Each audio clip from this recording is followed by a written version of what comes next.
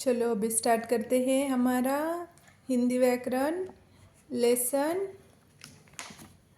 2 वर्ण। चित्र में एक ऐसी किताब है जिसमें कुछ अक्षर जैसे अ आ क ख लिखे हुए हैं। आप देख सकते हैं यहाँ पे ये वर्ण लिखे गए, इस अ आ ई और ये बताओ, और तुम ही बताओ। किताब के एक पन्ने से अ आ स्वरों के बारे में पता चल रहा है। आप देख सकते हैं यहाँ पे स्वर लिख के यहाँ पे अ आ ई उ लिखा हुआ है। स्वर कितने होते हैं बताओ? स्वर कौन से वो बता दो पहले। अ आ ई उ ए ऐ ओ औ अम अहा। तो 15 स्वर होते हैं। और व्यंजन क ख ग घ ड च छ ज झ त्र आगे ट ठ ड ढ न त थ द ध न प फ ब भ म य र ल व श श। आगे कौन सा है? श स स ह ळ क्ष ञ और श्र। अभी चलो फिर से आ जाते हैं हमारे टॉपिक पे। तो किताब के दूसरे पन्ने पे क्या लिखे हैं? व्यंजन। पहले पन्ने पे लिखे हैं स्वर और दूसरे पन्ने पे लिखे हैं व्यंजन। तो व्यंजन के बारे में पता चल रहा है दूसरे पन्ने पे जो लिखा है, तो उन्हीं ध्वनियों को वर्ण या अक्षर कहते हैं। अक्षर या वर्ण किसे कहते हैं बताओ? ध्वनि को जब हम लिखकर पहचानते हैं तो वह वर्ण या अक्षर कहलाते हैं। ओके, आगे पढ़ो। ये भी जाने, वर्ण भाषा की सबसे छोटी इकाई है, इसलिए इसके टुकड़े नहीं किए जा सकते।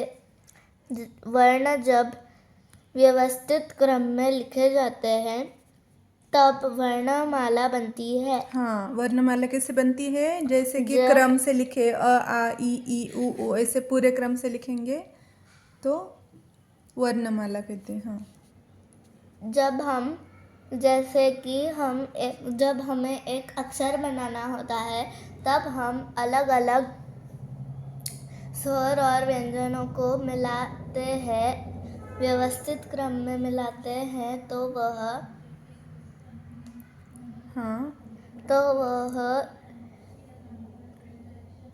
वर्णमाला किसे कहते हैं? जब हम वर्ण को, मतलब ये जो वर्ण होते हैं उसको एक अक्षर में मतलब क्रम से लिखेंगे तो वो क्या कहेंगे? वर्णमाला बनेगी उसकी। जिस तरह फूलों को हम एक माला में पिरोते हैं, एक के पीछे एक सुई धागे में डालते हैं और सुंदर माला बन जाती है, वैसे ही ठीक वर्णमाला एक के पीछे एक वर्ण क्रम से लगाए तो वर्णमाला बन जाती है। अभी बताओ, वर्णमाला के मुख्य दो भाग होते हैं। कौन से?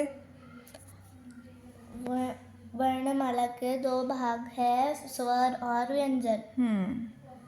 अभी स्वर कौन से? यहाँ पे दिया गया है, आप देख सकते हो, ये स्वर है। ये अगस्त स्वर कौन सा है? अ। व्यंजन यहाँ पे दिए हुए हैं, ये सब व्यंजन है। हाँ, संयुक्त व्यंजन कौन से होते हैं? न्य त्र श, क्ष न्य त्र और श्र। हाँ। अतिरिक्त व्यंजन ड और ढ। आगत व्यंजन ज और फ। अभी अगले पेज पे चलते हैं हम। ये है, बताओ। वर्णों का उच्चारण स्थान। नाक से हम बोलते हैं ना कुछ वर्ण, जैसे कि न। मूर्धा। मूर्धा मतलब क्या होता है? बोलो। मुर्दा मतलब अपने हाँ, मुंह का ऊपर वाला पार्ट। जो हमारे जीभ के ऊपर का तालू होता है उस, हाँ जो तालू के ऊपर का पार्ट होता है उसे मुर्दा कहते हैं। हाँ, तालू तो पता है हाँ, सबको। तालू मतलब हमारी टंग। दांत मतलब हमारे टीथ। ओठ ओठ और कंठ, कंठ मतलब हमारे हमारा गले से गले। जो आवाज निकलती है वो। संयुक्त व्यंजन किसे कहते हैं? जब दो अलग अलग व्यंजनों से मिलकर एक नया व्यंजन बनने का कारण क्ष, त्र, ञ, श्र संयुक्त व्यंजन कहलाते हैं। अभी ये क्या है? क्ष, क्षमा। यहाँ पे एक संयुक्त व्यंजन आया है और एक ये आया है, तो व्यंजन आया है, तो ये दोनों को मिलके क्या होता है? दो अलग अलग व्यंजनों से मिलकर एक नया व्यंजन बनता है, बनने के कारण को संयुक्त व्यंजन कहते हैं। तो संयुक्त व्यंजन में कौन से आते हैं? श, त्र, ञ और श्र। और श। ये सब संयुक्त व्यंजन में ये सब अक्षर जिसमें भी आएंगे उसे संयुक्त व्यंजन कहते हैं। अभी संयुक्त अक्षर किसे कहते हैं? दो अलग अलग जब दो अलग अलग व्यंजन एक स्वर रहित और एक स्वर सहित आपस में जुड़ते हैं तो वह संयुक्त अक्षर कहलाते हैं। जैसे गुच्छा, विद्वान, अभी देखो वाक्य। ये अलग है, च और छ अलग अलग है, दोनों अलग है ना वर्ड्स। हाँ, तो वो उसे करते हैं संयुक्त अक्षर। संयुक्त अक्षर अगर यही सेम होता तो क्या क्या बोलते हम उसको? द्वित्व व्यंजन। तो आगे पढ़ेंगे हम। ये संयुक्त अक्षर ध्यान रखना है कि दोनों जो जोड़ अक्षर रहते हैं वो दोनों अक्षर भिन्न भिन्न रहते हैं। अभी आगे, जब समान व्यंजन। जब समान व्यंजन एक स्वर रहित और एक स्वर सहित आपस में जुड़ते हैं तब वह द्वित्व व्यंजन कहलाते हैं। हाँ, द्वित्व व्यंजन में देखो क और च और च सेम है ना? हाँ, तो कच्चा बन गया, तो फिर वो द्वित्व व्यंजन कहलाते हाँ, हैं। क्यों? क्योंकि ये दोनों सेम सेम है। च सेम है, व्यंजन सेम है, तो इसीलिए वो, हाँ, जैसे कि कच्चा। आगे पढ़ो। जैसे कच्चा, बच्चा, खट्टा, मक्का, बिल्ली, पत्ता आदि। अभी आगे का पढ़ो। व्यंजनों को स्वर रहित दिखाने के लिए उनमें हलंत का प्रयोग किया जाता है, जैसे क, स, ह आदि। र के तीन कौन से रूप है बताओ? रेफ, और रेफ किसे कहते हैं बताओ? वर्ण। र का सामान्य प्रयोग रजनी, मतलब र सामान्य। और रेफ का प्रयोग कौन सा है?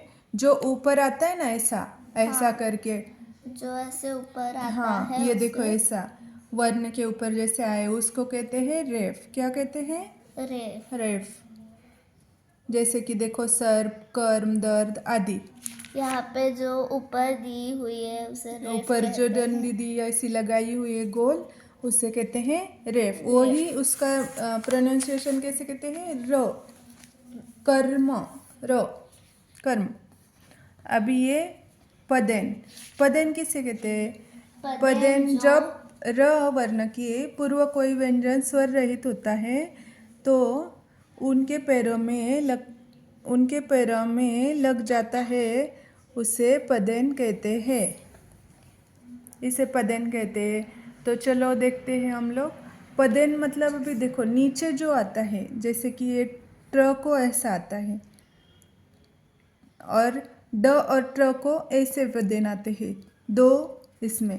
जैसे सिंपल भाषा में हम कहे पदेन मतलब पैरों में डंडी लगना, पैरों में जो आता है उसे पदेन कहते हैं। देखो प्रयोग के पैरों में आ गया प के, फिर यहाँ पे क्रिया के इसमें आ गया नीचे, प्रथा के इसमें आ गया नीचे, उसे कहते हैं पदेन। इसका भी हम क्या करते हैं? र उच्चार करते हैं, ग्रह। तो इसका भी र उच्चार करते हैं। कि ऐसा र का उच्चार नहीं करेंगे तो किया हो जाएगा, लेकिन हम क्या प्रोनाउंस करते हैं इसको, क्रिया। इसको क्या प्रोनाउंस करेंगे, प्रथा, और इसको, ड्रैगन, और ये कहाँ पे आते हैं, ट और ड ड को। के नीचे। हाँ, ठ के नीचे भी। अभी ये देखो, ये तो बहुत आसान है, बताओ जल्दी जल्दी। स्वरों को पहचान कर उन पर गोला बनाइए, जैसे अ, आ, ई, उ, ए। अभी ये आगे का क्या है, क वर्ग के वर्णों को रेखांकित कीजिए और त वर्ण के वर्णों पर त्रिभुज बनाइए। मतलब क वर्ग के, मतलब क के लाइन में जो आते हैं उसको क्या करना है, उसको अंडरलाइन करना है। और जो त वर्ण के, त के लाइन में आते हैं उसको ट्रायंगल बनाना है। है। संयुक्त व्यंजन पर फूल बनाए। संयुक्त व्यंजन कौन से इसमें से, त्र, श्र, न्य और क्ष। ये 4 क्या होते हैं, संयुक्त व्यंजन होते हैं। अभी आगे, जोड़े मिलाइए। दिव्यत्व व्यंजन ब, क्योंकि सेम व्यंजन को जोड़ अक्षर में ये किया है। हाँ, व्यंजन प, क्योंकि इसको सिंपल व्यंजन है। हाँ, संयुक्त व्यंजन श्र। हाँ, स्वर उ। हाँ, संयुक्त अक्षर क्य। क। तो उसको क्या है, क और ये को मिला के, अलग अलग व्यंजन को मिला के बनाए, इसलिए संयुक्त अक्षर। अभी ये तो बाकी है, ये क्या आएगा बताओ जल्दी जल्दी। क्ष, क्ष, कक्षा, रक्षा, त्र, त्रिभुज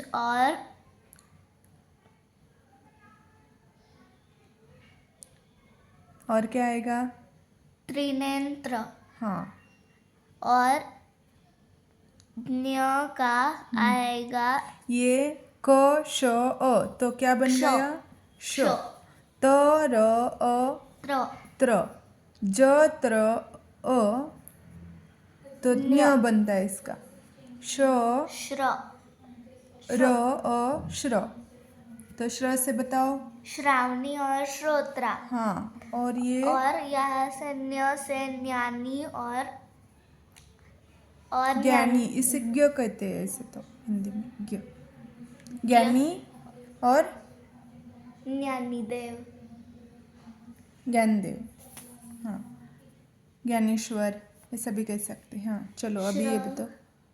संयुक्त व्यंजन श्रोता। निम्नलिखित शब्दों को उचित स्थान पर लिखिए। श्रोता, श्रोता कहाँ पे आएगा, श्रोता संयुक्त व्यंजन। क्यों, क्योंकि श्र त्र और ये श संयुक्त व्यंजन होते हैं, इसलिए श त्र और श वाले अक्षर संयुक्त व्यंजन में आएंगे। और संयुक्त अक्षर में क्या आएगा, प्यास, ख्वाहिश और पत्ता। हाँ, तो प्याज, ख्वाहिश और पकता नहीं है, वो वक्ता है, वो है। और इसमें क्या आएगा, द्वित्व व्यंजन में सेम पक्का, हिस्सेदार और छत्ता। हाँ, स्वर और व्यंजन के आधार पर शब्द लड़ी अथवा अंतरिक्ष खेलने का प्रयास कीजिए। खत्म।